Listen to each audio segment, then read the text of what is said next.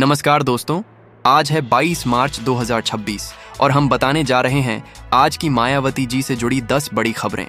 लेकिन आज की सबसे बड़ी खबर यह है कि मायावती ने ईद के मौके पर दिया बड़ा सरप्राइज, जिससे दलित समाज में खुशी की लहर दौड़ गई है।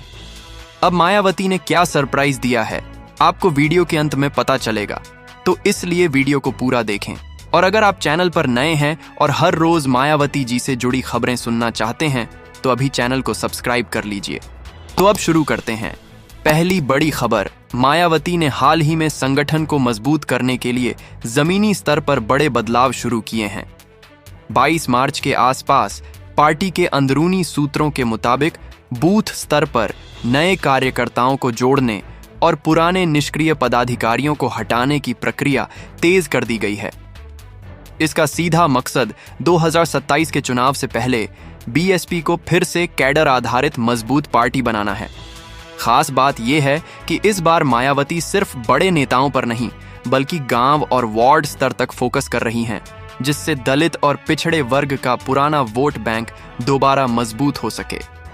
दूसरी बड़ी खबर, मायावती ने केंद्र और राज्य सरकार की नीतियों पर भी तीखा हमला बोला है। हाल के बयान में उन्होंने कानून व्यवस्था और महंगाई के मुद्दे को उठाते हुए कहा कि आम जनता, खासकर गरीब और दलित वर्ग सबसे ज्यादा प्रभावित हो रहा है। उन्होंने ये भी कहा कि सरकार सिर्फ बड़े बड़े वादे कर रही है, लेकिन जमीनी हकीकत कुछ और है।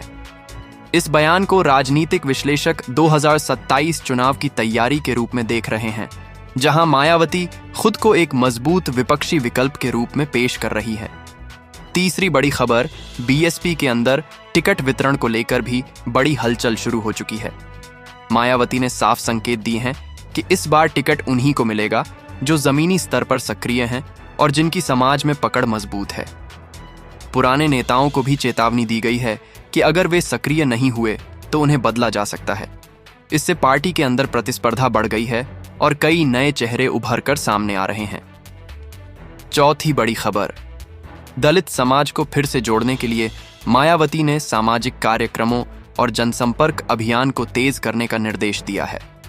जानकारी के मुताबिक बीएसपी आने वाले महीनों में कई बड़े सम्मेलन और रैलियां आयोजित करने वाली हैं, जिनमें सीधे तौर पर दलित, पिछड़ा और अल्पसंख्यक वर्ग को टारगेट किया जाएगा।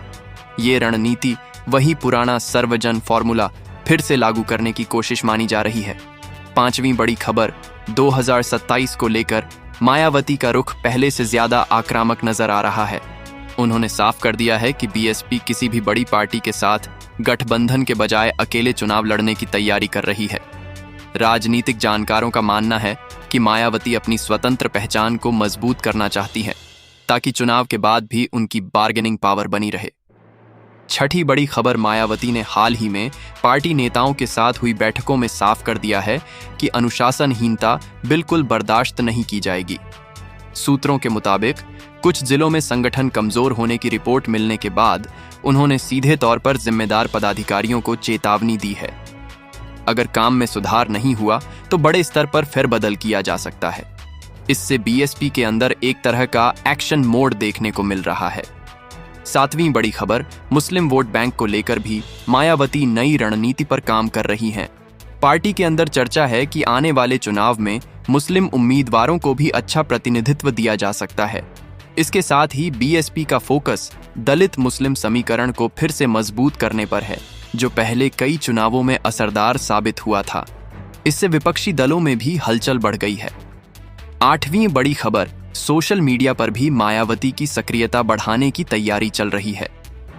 बीएसपी अब डिजिटल प्लेटफॉर्म पर ज्यादा फोकस कर रही है, ताकि युवा वर्ग तक सीधा संदेश पहुंचाया जा सके।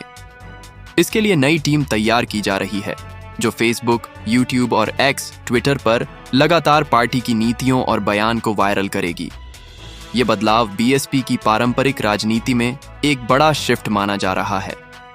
नौवीं बड़ी खबर, उत्तर प्रदेश की राजनीति में अपनी पकड़ मजबूत करने के लिए मायावती लगातार जमीनी रिपोर्ट ले रही हैं। हर जिले से फीडबैक लिया जा रहा है कि किस क्षेत्र में पार्टी मजबूत है और कहां सुधार की जरूरत है। इसी के आधार पर आगे की रणनीति तैयार की जा रही है। राजनीतिक विशेषज्ञ मानते हैं कि इस बार बीएसपी पूरी तैयारी के साथ चुनाव मैदान में उतरने की कोशिश कर रही है।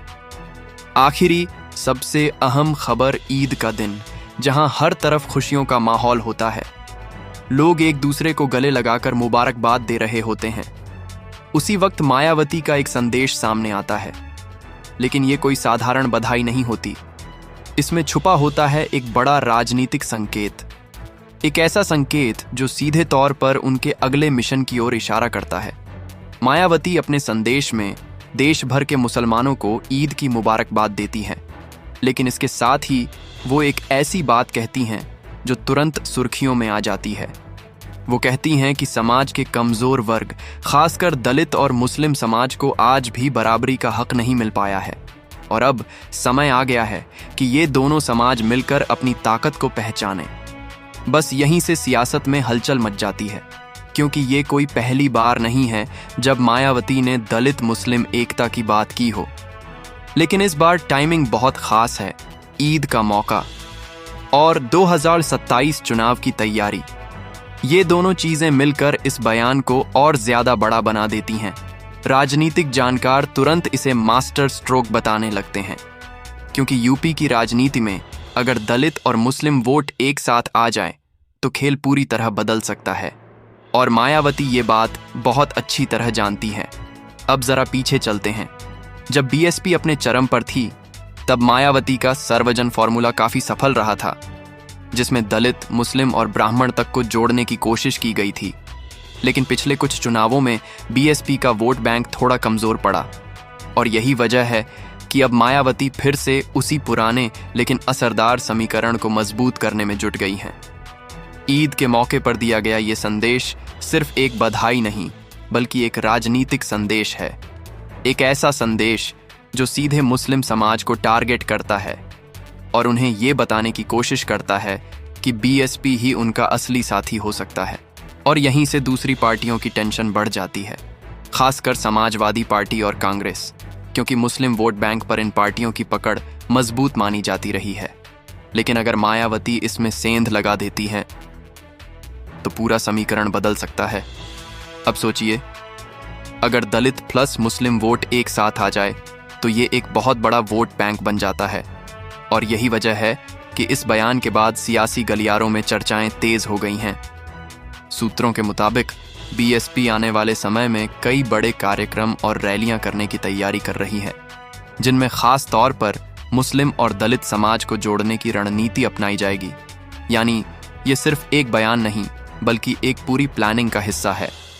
मायावती का ये कदम एक और वजह से भी खास माना जा रहा है, क्योंकि वो हमेशा से अपनी राजनीति को बहुत सोच समझ कर आगे बढ़ाती हैं। वो जल्दबाजी में कोई फैसला नहीं लेती, और जब लेती हैं तो उसका असर लंबे समय तक देखने को मिलता है। ईद के मौके पर दिया गया ये संदेश भी कुछ ऐसा ही है, जो आने वाले चुनावों में बड़ा असर डाल सकता है। अब बात करते हैं जनता की प्रतिक्रिया की। सोशल मीडिया पर इस बयान को लेकर जबरदस्त चर्चा हो रही है। कुछ लोग इसे मायावती की वापसी का संकेत बता रहे हैं, तो कुछ इसे एक राजनीतिक चाल कह रहे हैं। लेकिन एक बात साफ है कि मायावती फिर से एक्टिव मोड में आ चुकी हैं। युवा वर्ग के बीच भी इस बयान को लेकर उत्सुकता बढ़ी है, क्योंकि बीएसपी अब डिजिटल प्लेटफॉर्म पर भी ज्यादा फोकस कर रही है और कोशिश कर रही है कि उसका संदेश सीधे युवाओं तक पहुंचे। अब सवाल ये उठता है कि क्या ये रणनीति सफल होगी? तो इसका जवाब इतना आसान नहीं है, लेकिन इतिहास गवाह है कि जब भी मायावती ने मजबूत रणनीति बनाई है, उन्होंने राजनीति में बड़ा उलटफेर किया है।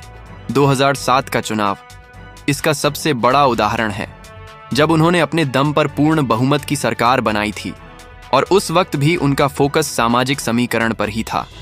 अब 2037 को लेकर भी वो कुछ ऐसा ही करने की कोशिश में है। ईद के मौके पर दिया गया ये संदेश उसी दिशा में एक बड़ा कदम माना जा रहा है। और सबसे दिलचस्प बात यह है कि मायावती ने इस बार गठबंधन को लेकर भी साफ संकेत दिए हैं कि बीएसपी अपनी ताकत पर चुनाव लड़ने की तैयारी कर रही है, यानी वो किसी पर निर्भर नहीं रहना चाहती। इसका मतलब साफ है कि वो अपनी स्वतंत्र पहचान को और मजबूत करना चाहती हैं, ताकि चुनाव के बाद भी उनकी भूमिका अहम बनी रहे।